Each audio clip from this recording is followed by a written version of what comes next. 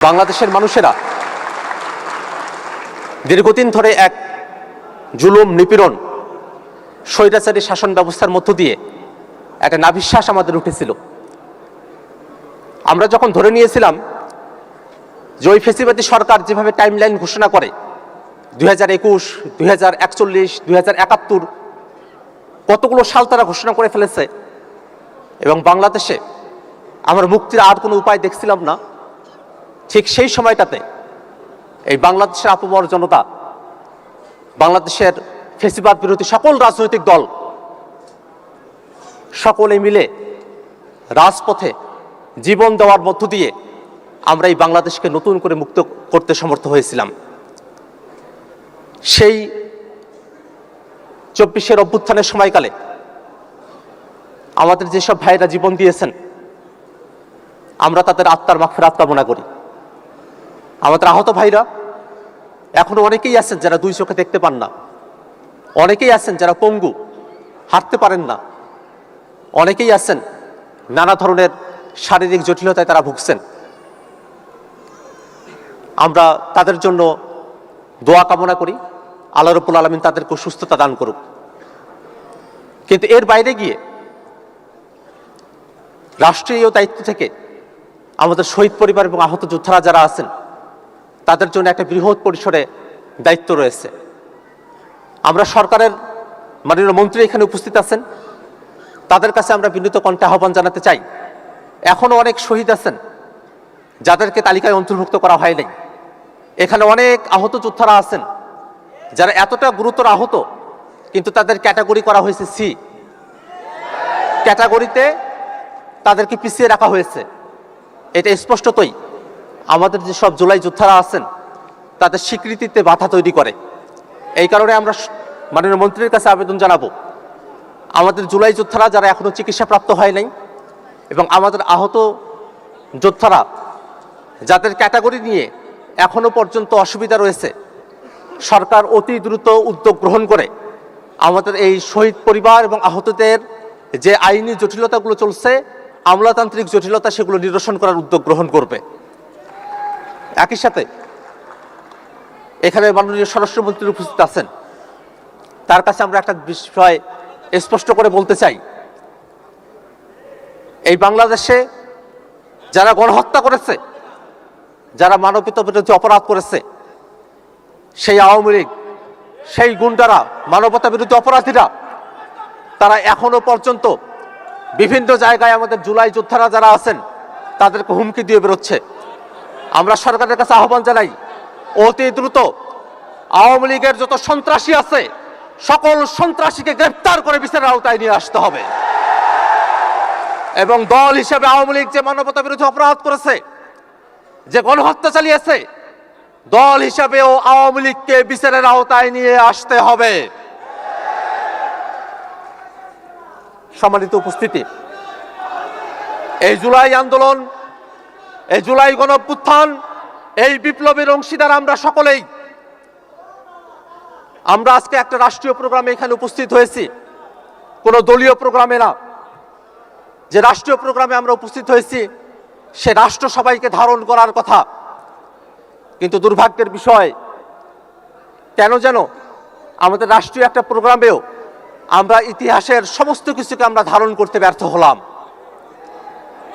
আপনারা খেয়াল করে দেখবেন, এই বাংলাদেশে মুক্তিযুদ্ধের ইতিহাসকে যেমন একপেশেভাবে আওয়ামী লীগ দখল করেছিল, ঠিক একই ধরনের একটা পরিস্থিতি এখানে তৈরি হয়েছে। আমরা যারা বয়সী তরুণ, জীবনের সমস্ত ঝুঁকি নিয়েও শহীদ রাষ্ট্রপতি জিয়াউর রহমানের মুক্তিযুদ্ধের যে অবদান, সেটাকে আমরা বারংবার বলে গেছি। কারণ এটা ইতিহাসের অংশ, এই ইতিহাসকে বোঝা যায় না। তেমনিভাবে এই 24-এর অভ্যুত্থানে যারা অংশগ্রহণ করেছিলেন, তিনি বিএনপির হন, তিনি জামাতের হন, তিনি বামপন্থী হন, প্রাইভেট বিশ্ববিদ্যালয়ের শিক্ষার্থী হন, মাদ্রাসার শিক্ষার্থী হন, রিক্সা চালক হন, প্রবাসী হন, যে সেকশনের মানুষেরাই তারা হন না কেন, আমরা সবসময় তাদেরকে আমরা স্মরণে রাখি, আমরা তাদের কথাটা উচ্চারণ করি। কিন্তু আজকে এখানে একটা ডকুমেন্টারি প্রদর্শিত হলো, সেই ডকুমেন্টারিতে দেখেন খেয়াল করে, এই আন্দোলনটা যে ব্যানারে সংগঠিত হয়েছিল, বৈষম্যবিরোধী ছাত্র আন্দোলন, সেই আন্দোলনের ব্যানার, সেই ব্যানারটার কথা এখানে উল্লেখ করা হলো না। এই আন্দোলন তো একদিনে সংগঠিত হয় নাই। এটা ছিল কোটার দাবিতে, কোটা সংস্কারের দাবিতে একটা আন্দোলন। কিন্তু সেই আন্দোলনটার গতিপথ আপনারা যদি খেয়াল করে দেখেন, 9 দফার মতো একটা ঐতিহাসিক ঘটনা, যেটা এই আন্দোলনের গতিপথকে পরিবর্তন করে দিয়েছিল, সেই 9 দফা এখানে অনুপস্থিত থেকে গেল। আমরা খেয়াল করে দেখলাম 24 অভ্যুত্থানের সময়টাতে সব থেকে সাহসের যে ঘটনাটা, আনুষ্ঠানিকভাবে 3 আগস্ট শহীদ মিনারে যে 1 দফার ঘোষণা দেয়া হলো, সে বিষয়টা এখানে বিমালুম ভুলে যাওয়া হলো। এটা আমাদেরকে আহত করে। আমরা চাই এই ইতিহাস বাংলাদেশের প্রত্যেকটা মুক্তিকামী জনতার হবে। 24-এর ইতিহাস থেকে কোনো জুলাই যোদ্ধাকে বাদ দেয়া চলবে না। এটাই হওয়ার কথা ছিল আজকের রাষ্ট্রীয় প্রোগ্রামের ডকুমেন্টারির ভাষ্য। কিন্তু দুর্ভাগ্যের বিষয়, আজকে বাংলাদেশের বিভিন্ন রাষ্ট্রীয় প্রতিষ্ঠানগুলোতে যেমন করে দলীয়করণ হচ্ছে, যেমন করে দলীয় লোকরা বসছে, ঠিক তেমনিভাবে আজকে ইতিহাসেও একটা দলীয়করণ করা হলো। যদিও মাননীয় মুক্তিযুদ্ধ মন্ত্রী তিনি এই ডায়াসে দাঁড়িয়ে এর জন্য দুঃখ প্রকাশ করেছেন এবং সংশোধন করবেন বলে কথা দিয়েছেন, আমি তাকে ধন্যবাদ জানাই। কিন্তু এই যে ভুল, সেটাকে আমি কোনোভাবেই অবচেতন মনের ভুল বলে মনে করি না। এটা খুব চেতন জাগ্রত অবস্থায় থেকে ইতিহাসকে বিকৃত করার জন্য এবং ইতিহাসকে দলীয়করণ করার জন্য এই ধরনের একটা ডকুমেন্টারি তৈরি করা হয়েছে। এখানে একটা অনিকাঙ্ক্ষিত পরিস্থিতি তৈরি হয়েছিল। আজকে একটা মহিমান্বিত দিন, যেই দিনে আমরা বিজয় অর্জন করেছিলাম, সেই দিনে সরকার কর্তৃক একটা প্রোগ্রাম ঘোষণা করা হয়েছে।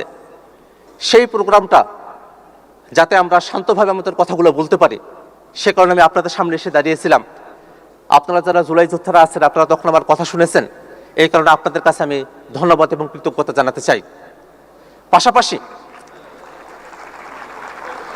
এই প্রোগ্রামটা যখন চলছে, ঠিক সেই সময়টাতে আমাদের একজন বৈষম্যবিরোধী ছাত্র আন্দোলনের সমন্বয়ক, যিনি এবং তার সাথে আরো কয়েকজন, আপনারা সবাইকে চিনে থাকবেন, মাহিন সরকার, রিফাত রশিদ, আব্দুল কাদের, আব্দুল হান্নান মাসুদ, যখন প্রথম সারির সমন্বয়কদেরকে ডিবি অফিসে বন্দী করে রাখা হয়েছিল, তখন তারাই আন্দোলনটাকে চালিয়ে দিয়ে গিয়েছিলেন।